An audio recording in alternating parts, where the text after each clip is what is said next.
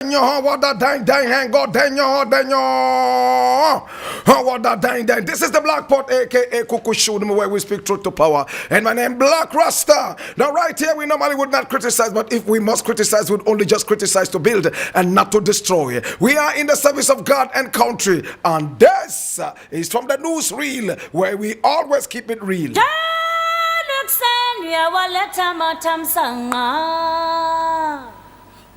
Now, the very first story I am taking today is coming from my own treenews.com, the most authentic source of news online. And it says, Ghana's economy showing signs of stabilization. And this is from the IMF. And I read the International Monetary Fund IMF staff team led by Stephen Boudet has acknowledged that Ghana's economy is bouncing back barely a month after the executive board approved a 3 billion extended credit facility, ECF. He cited softening inflation, an increase in international reserves, and less volatile exchange rate as some of the indicators recorded in the past couple of weeks.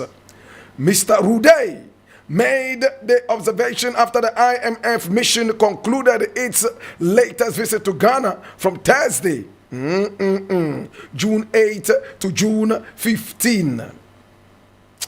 Now, during the visit, we discussed recent macroeconomic developments, he said. Against a complex global economic backdrop, the Ghanaian economy is showing signs of stabilization with softening inflation, an increase in international reserves, and a less volatile exchange rate.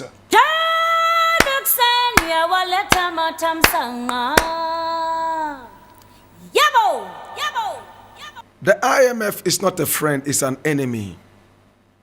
The IMF is a dirty outfit that has been unleashed on Africans to keep us under permanent bondage and suppression.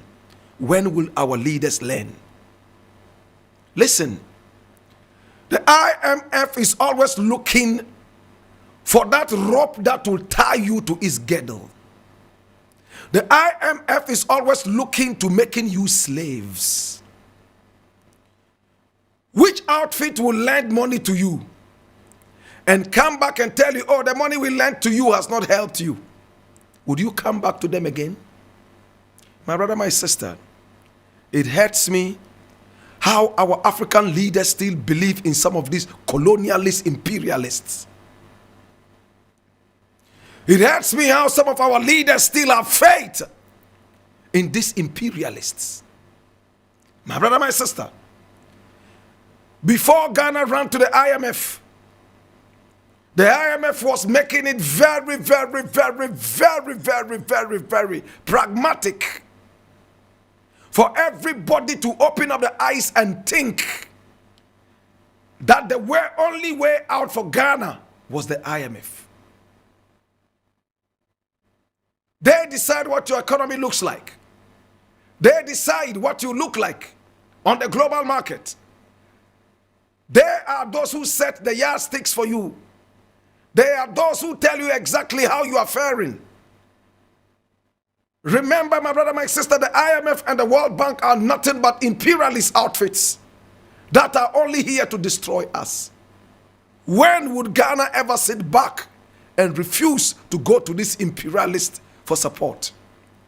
The devil will never give you a gift for free. Every time you take anything from the devil, he takes 1,000,000-fold back. How many people have ever benefited from the devil and have gone scot-free? The devil never gives anything good. And the devil would always come, my brother, my sister, very vindicative. I am sad that every now and then we see our saviors as the devil, the IMF and the World Bank. I am so sad that our leaders who claim that they are educated, our leaders who believe that they know too much, some of them are lawyers who call themselves learned colleagues. They don't have the eyes to see deeper than what they were taught in school. They don't have the eyes to see deeper than what the white man wants them to see. It hurts me that this thing that the IMF is saying, very soon you will see so many people jumping up and down, and that they are happy that the IMF is saying this. My brother, my sister, as it stands right now, I am heartbroken. Ghanaians need to sit up and get to understand that we are the only people who can control our destiny. If we give this power to a next man, then it means that we are ready for the gallows. Better still, we are ready for hell. When are we going to wean ourselves off the IMF and the World Bank? For how long can we continue being told what to do by the IMF and the World Bank? For how long can we pretend we are independent, yet we are being puppeted like puppets on the string? It hurts me, my brother, my sister, that the whole of Africa is still looking forward to the IMF. Sankara refused to talk to the World Bank. He refused anything from the IMF. They killed him. Magufuli refused, and they called him a fool. At the end of the day, they murdered him. In fact, they assassinated him. How many more leaders would have to go down, all because they do not agree with the imperialists? Today, my brother, my sister, I am so ashamed that this government still has any trust and belief in the IMF and the World Bank.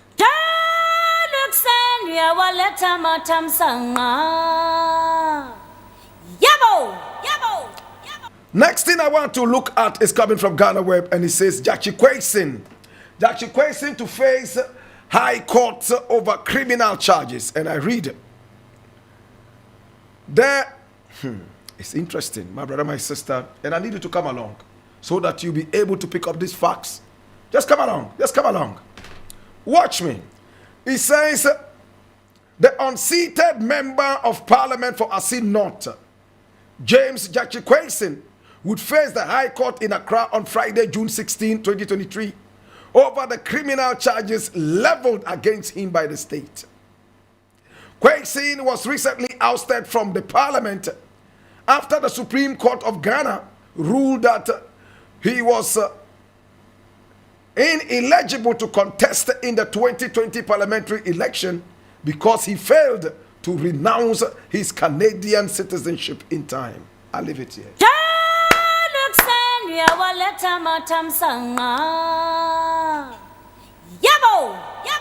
I do not know why we are still worrying ourselves over this unpatriotic guy called Jackie Kwesi. Information we have is that he lived in Canada for 47 years. Or is it 49 years? He decided to come to Ghana to try, try his hands at politics after he was tired of living in Canada for 40-something years.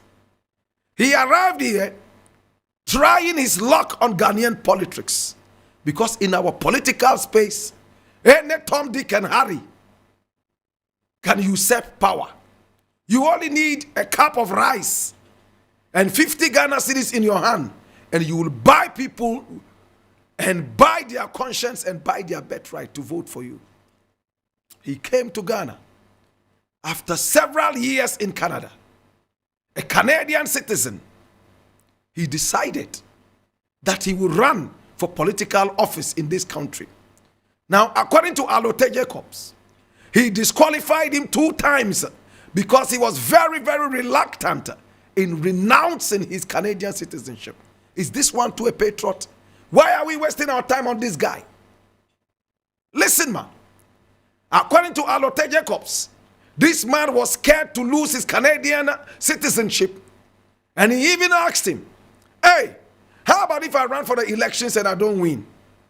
What do? I would have lost my Canadian citizenship. My brother, my sister, these are not people who are ready to be patriotic. These are not people who are ready to serve this nation wholeheartedly. He still has love for a Canadian, in fact, the country Canada. He still has so much love.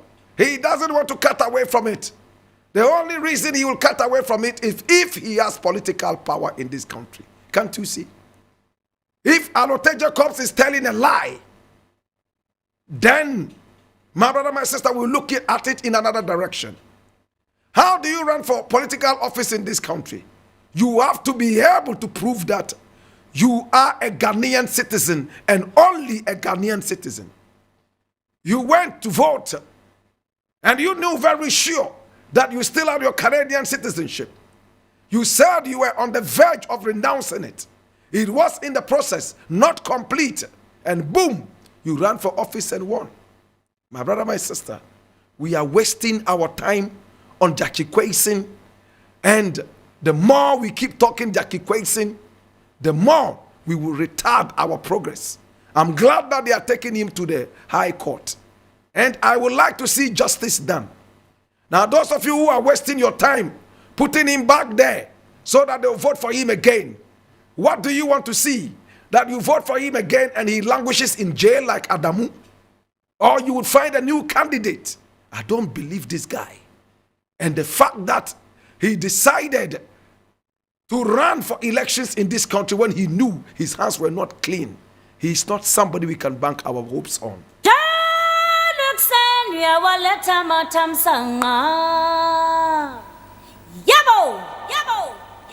Now the next thing I want to look at is this, and I want to be very quick with this one. He says, what to expect after Nogbokpo Chiefs? I take it again. What to expect from Nogbokpo Chiefs as Ajinasari's 14-day ultimatum expires? What to expect from Nogbokpo Chiefs as Ajinasari's 14-day ultimatum expires? As the 14-day ultimatum issued by the chiefs and elders of Nogbokpo in the Ketu South district of the Volta region comes to an end on Friday, June 16, 2023, there are questions of what next, and that is the day today. The 14 days would expire today. Also, while the day is yet to be fully expended, it still leaves room to see whether or not the founder and leader of the Perez Chapel International, Archbishop Charles Ajinasari, would make a showing or not. So far, there has been many. In fact, so far there have been many split calls for the revered clergyman to either appear before the Nogbokpo chiefs or not. Others, including some members of the clergy, have also called out the Archbishop, describing his comments as extremely damaging. Some of such persons was the president of the Pan-African Clergy Council, Bishop Dr. Fred Akakpo, who told Ghana Web that the comments that were made by the revered clergyman were totally defamatory. He also stressed that if care is not taken, the statement could erupt into a conflict that could lead to the loss of many lives.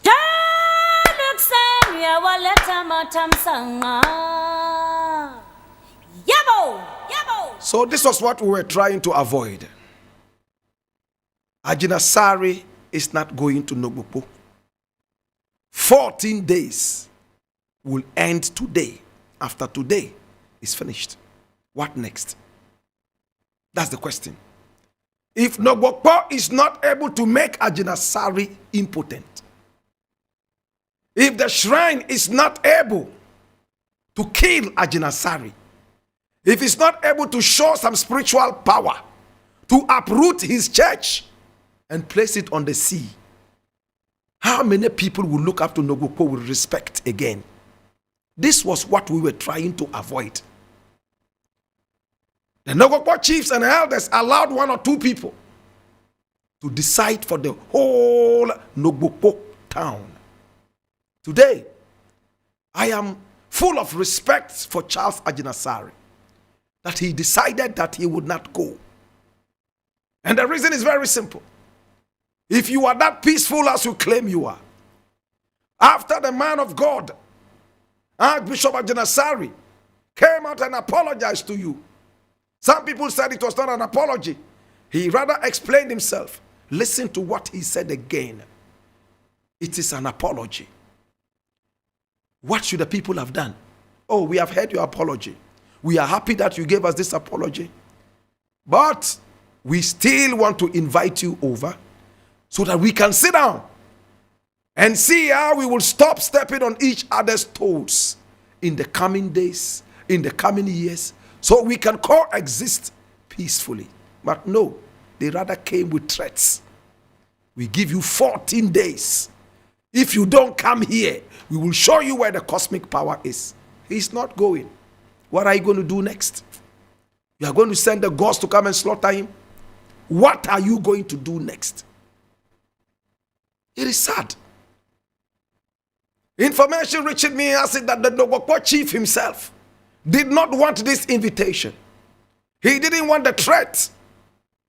But some other people around him were so interested in showing power. Okay, so it's now time to show your power. Don't do that. We live in a country that is already polarized. Charles Ajinasari said something that was so nauseating, so bad. How could he have said that? Nobokpo is the seat of the demon. It's very wrong and very bad. We condemned him, but he came back quickly and apologized. And some of us realized that, well, at least he has regretted for saying whatever he said. He went ahead to even tell you that his own wife is from the area. His 2 children are named after the great people of the area. Is this not enough apology? Oh, no, you still have to come here. 14 days ultimatum. If you don't come, we'll show you where the cosmic power is. Okay, time now for cosmetism. Let your cosmic power come. Some of us are so ashamed of some traditionalists, you know. Some of us are so ashamed of some traditionalists. Much as we call ourselves traditionalists, there are some people who are bringing our traditions and customs into disrepute. This thing could have been handled better. It was a PR fiasco. It could have been done better.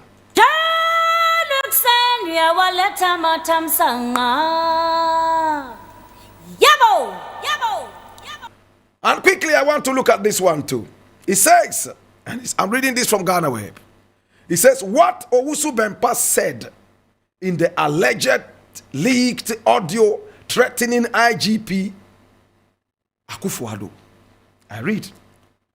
An alleged audio recording attributed to the prophet Isaac Owusu Bempah, the founder and leader of Glorious Word Power Ministry International, has surfaced, where he is heard issuing threats against the current Inspector General of Police, IGP Dr. George Akuffo Dampare. The leaked audio contains menacing remarks directed towards the IGP, citing recent arrests and alleged maltreatment as the motivation behind the threats. In the audio, Prophet Owusu Bempah claims to have played a significant role in the election of President Nana Addo Dankwa Akufo-Addo and highlighted the sacrifices made to secure his victory.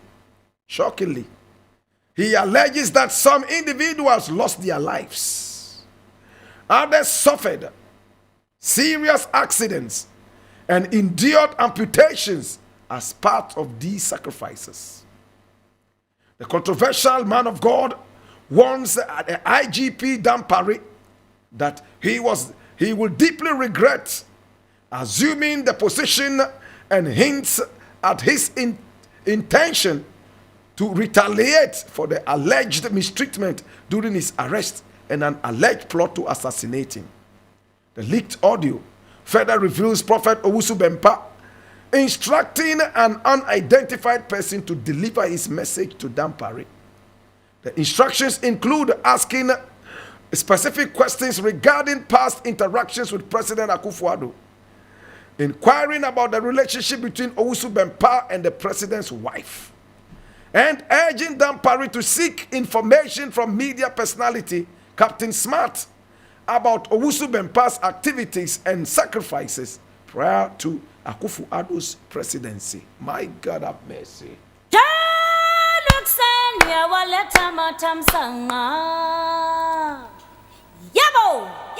So you see, people like Reverend Owusu Bempah, when we are talking about them, especially somebody like me, I have to be extremely careful. This is a man I sat in the same classroom with at T.I. Ahmadiyya Secondary School, Kumasi. He was my classmate.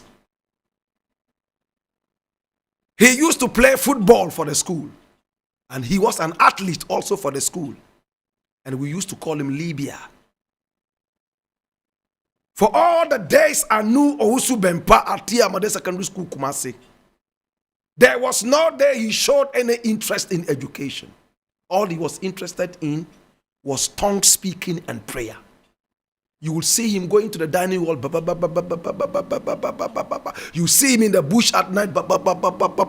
New Oxford Primary School. He would go with some of the students from a Muslim or Islamic school to New Oxford and be praying. I give him that respect. He wasn't interested in education. He ran so well as an athlete for the school. He also played football for the school. In fact, he was the president of the SU whilst we were in school. There was one Sunday, I remember clearly, that I came out and decided to take a walk around the school. And I heard them singing from a Muslim school. I looked through the window, they had closed all the windows. And I saw him touching people and they were falling. Some were vomiting. Hey, I thought it was all gymnastics. How old was I? Owusu Bempah was my mate. When I meet him, he has a name, he calls me. And every time, whether he has it or not, he wants to give me money. I respect you for that. But, Prof, you misbehaved and you were arrested. You went to Agrada's house with your tax. Some of them were holding pistols. And you swore that you were unarrestable. Nobody could arrest you in this country. They must first arrest Agrada before you. You even said any attempted arrest of you over the bar. Should we live in a country of lawlessness? You should know better. You were close to the president. You fell out with the president.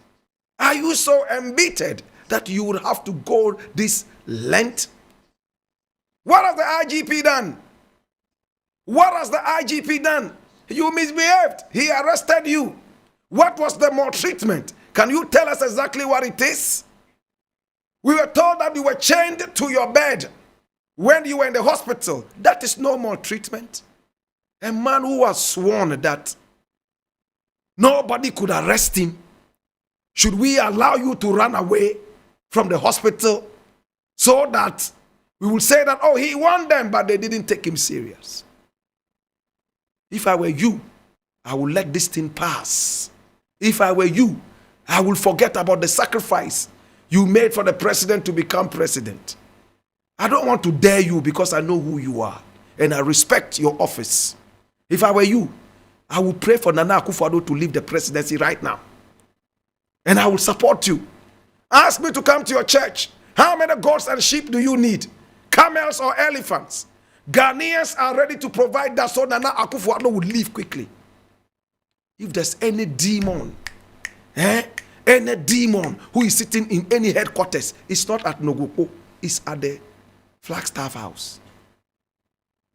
The only demon that we have in this country is not at Nogopo. Go to the Flagstaff House. He's sitting there with a bald head and a pot belly and an oversized suit. That is the only demon we have. Any other demon is ice water. Reverend, Prophet, Dr. Owusu Bempah, can we start the prayer and fasting now so that this demon can be exorcised and we will have a better country again? To God be the glory. Well, my name is Blakk Rasta, and I want to say thank you so much. I do appreciate you and I love you. It's been the Black Pot, aka Kuku Shodomo, where we speak truth to power. Remember, this segment was brought to you by the kind courtesy of Mark Bansi Perfumery. Call them on 0242250577.